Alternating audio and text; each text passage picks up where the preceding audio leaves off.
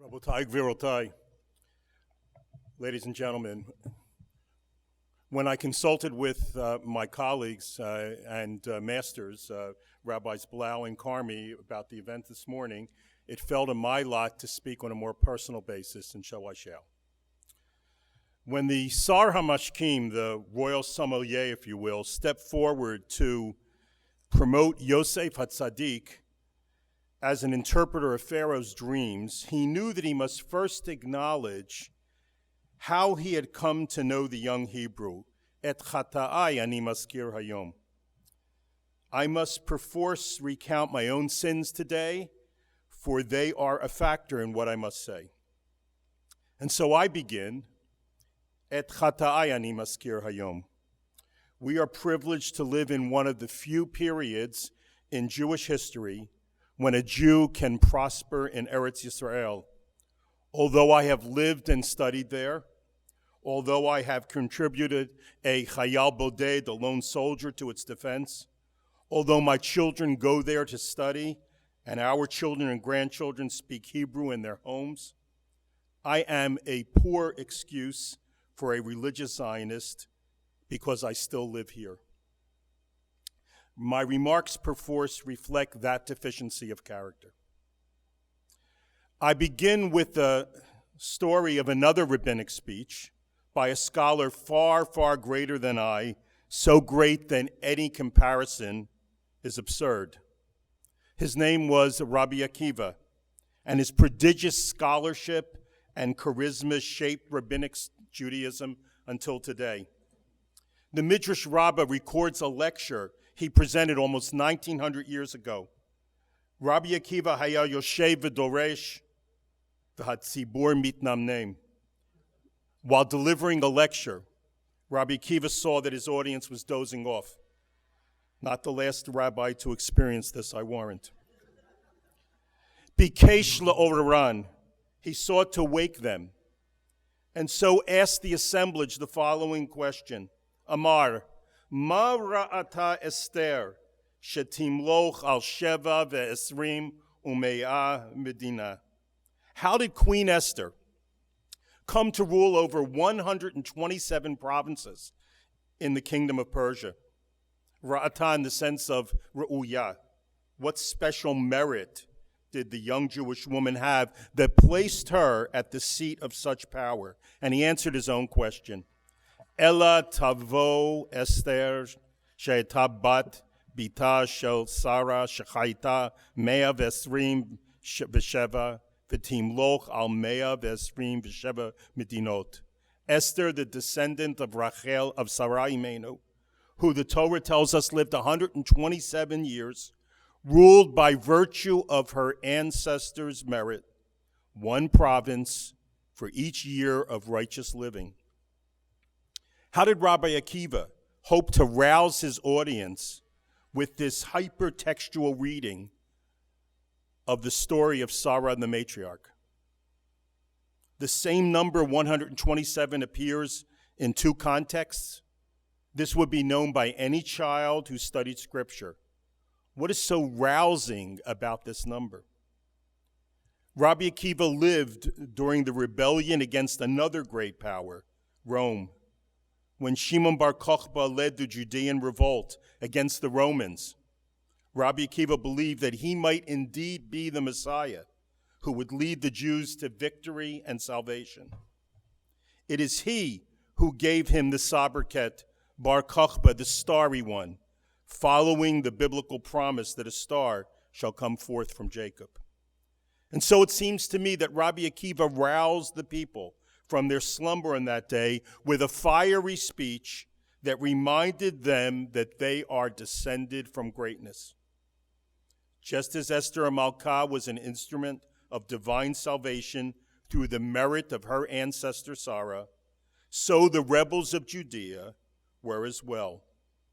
If she could rule over 127 provinces of Persia, so could they defeat the forces of the provinces of Rome. Rabbi Akiva's speech that day was not really about a woman named Sarah or a woman named Esther. It was about the Jews of Judea. Sarah and Esther were no longer individuals, but had become themselves texts to be explicated, interpreted, and applied. So is Midrash. It studies text prospectively for the present and the future. 2 years ago, I had the privilege to participate in Sinai and Daba, the brainchild of Chief Rabbi Warren Goldstein, an annual gathering of rabbis, scholars, and other notable Jews in the international Jewish community who come together to speak to the Jews of South Africa. After the main gathering in Johannesburg, 4 of us traveled on to Cape Town and Durban to present a stripped-down version of the program. It was Rabbi Goldstein, Ambassador Yehuda Avner Zichrono Livracha, Yibadel L'Chaim Rabbi Beryl Wine, and myself. It was an awesome opportunity for me, the junior member of the group. I struggled to make mental notes of everything that was said, for the conversations with the ambassador and the rabbis were laden with anecdotes and insights. In an email that I sent to friends from Georgetown, I recorded Ambassador Avner's remarks on the prime ministers he had known, each of them a remarkable figure in their own right. It was oral history, colored, of course, by the ambassador's own perspectives, as all history written by human beings must be. It was balanced by Rabbi Wine's sermonizing, his ability to see timeless truths in the chaos of contemporary experience. I wrote to my friends the following words, and I believe them to this day. Prime Minister Rabin is passing before our own eyes from current event to history. One day, he will himself become text to be explicated and interpreted. I am not sure truth will be served. Yitzhak Rabin first came to my attention in the spring of 1967. On May 15th, Egypt mustered forces along the southern border as they demanded an evacuation of UN peacekeepers in the Sinai. With 100,000 troops and almost 1,000 tanks, the tension that Israelis felt, even without the instant communication of the internet and email, permeated the Jewish community of Philadelphia. I was a senior in high school. My father, a maskil of the old school who spoke to me in Ashkenazic Hebrew, was visibly worried. I had not seen him so fixated on the nightly news since 4 years before at the assassination of President Kennedy. When a rally in support of Israel was hastily arranged in Washington, my father immediately signed us up for the hot 4-hour bus ride. Hundreds of thousands of Jews and Gentile supporters of Israel flocked to Washington from across the nation. Once in the humid capital, I struggled to stay together with my father in the surging crowd. I was 16 and too self-conscious and uncertain of my own emerging adulthood to hold his hand. He grabbed mine. I have strong memories of that day, since it is the last thing my father and I ever did together. Just a few short weeks later, he passed away from a heart attack. The speeches that day reflected the contradiction that Michael Oren has described as typical of Israel. The conviction that the country faces dire threats to its existence, while simultaneously brashly confident that it can save itself. I had grown up in a Zionist home, taught that Israelis were a new variety of Jews who through courage and cunning would avoid victimhood.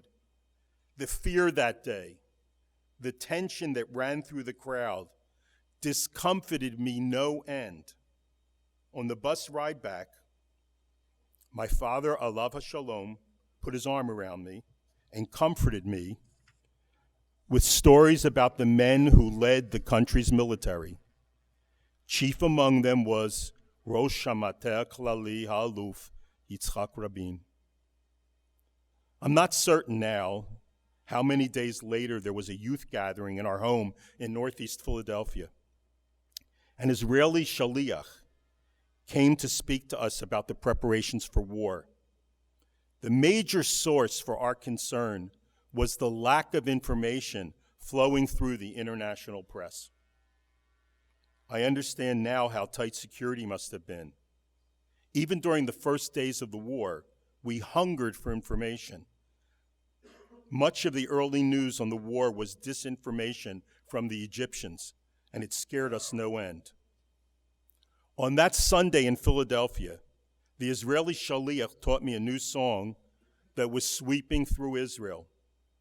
I was a bit of a musician in those days, and I took out my guitar. When I had figured out the proper chords, we sang it again and again. Natzer Michakel Rabin, ay, ay, ay. Do you remember that song? Natzer Michakel Rabin, Sheyechakev lo yazuz, ki yavo meya achuz. And particularly the last verse. Od tiru yavo hayom, yitchanenhu l'shalom. Nasser waits Rabin. Let him wait and not move, for he's absolutely on his way. You will yet see the day will come when Nasser will beg for peace. Nasser never did petition for peace. A ceasefire, yes, but peace, no. Thus was born in my heart the image of Yitzhak Rabin, more courageous, more resolute, more confident and assured than other men. He was, for me, a superhero. The man who never lied to me, my father, who taught me Jewish history and text, promised me that Rabin would surely win. In the language of Durkheim, General Rabin was a collective symbol that was restorative through its cultural and social power. It comforted us as we worried and prayed from afar. A few years later, I became the first member of my family to set foot in Israel. I went to study in Yeshivat Merkaz Harav in Yerushalayim. I remember wondering if I would ever meet General Rabin. As a man of a certain age, who knows now that many of my boyhood dreams will never be realized, I know now that the image of General Rabin was a myth. I had made Yitzhak Rabin a text, a name to be chanted, an icon who was not subject to the same frailty that characterizes lesser men. It is the fate of all men and women with outsized achievements to be seen as symbols. It was Yitzhak Rabin as metonymy. It was filed away in my psyche to be recalled later in life. I am an avid reader of the Israeli press, Israeli literature, and social media. 10 years ago, when the cacophony of voices in the religious Zionist world reached fever pitch during the evacuation of Gush Katif, something seemed out of kilter with me. I could not fathom the disconnect in the Zionist world. I realized that I did not understand Oslo and one of its aftermaths, that awful night in Kikar Malchei Yisrael. I began to read, in Hebrew and English, Israeli military histories, diplomatic diaries, newspaper articles, and opinion pieces. 5 years into my education, I was shaken by an interview with Mrs. Dalia Rabin, whom I'm honored to have met virtually this morning. And then finally, I listened to interviews with the Prime Minister's close aide, Eitan Haber, and his beloved, talented granddaughter, Noah Ben-Artzi. Truth is an elusive commodity. In the abstractions of history, a major event can encapsulate its participants, both active and passive. Through the words of those who knew him, and through his own words, I've gone in search of Yitzhak Rabin. Some I have rejected. Ambassador Dennis Ross has described him as the most secular Israeli he ever encountered. I think the ambassador's characterization is misleading. He was a Jew with a Jewish soul. The Prime Minister's autobiography is replete with references to the Jewish experience. He impresses me as a Jew fully conscious of Jewish history. Another ambassador, Michael Oren, observed in his magisterial 6 Days of War that history is not about books and texts, but about people. Human beings are in their essence complex and nuanced. Yitzhak Rabin, perhaps more than others. I resist the temptation to reimagine this fallen soldier in the competing visions of the left and the right, and even in the cold objectivity of the secular historian. The cacophony of voices in the public square does not speak to me.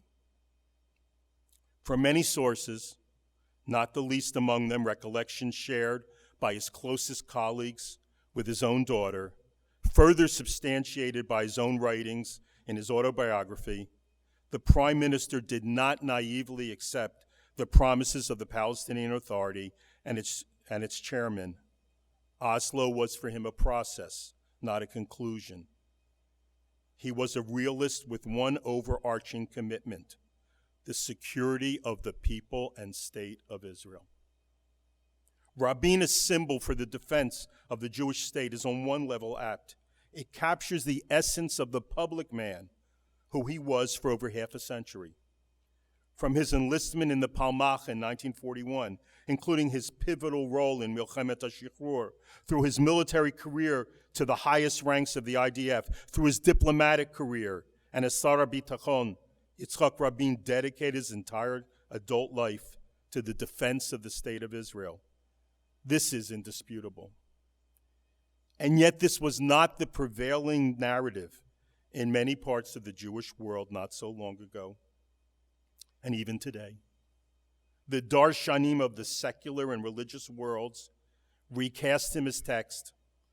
For the former, he is the reformed warrior who has put down his sword for the diplomatic plowshare, more John Lennon than John Wayne. For the latter, he was at best naive and at worst treacherous.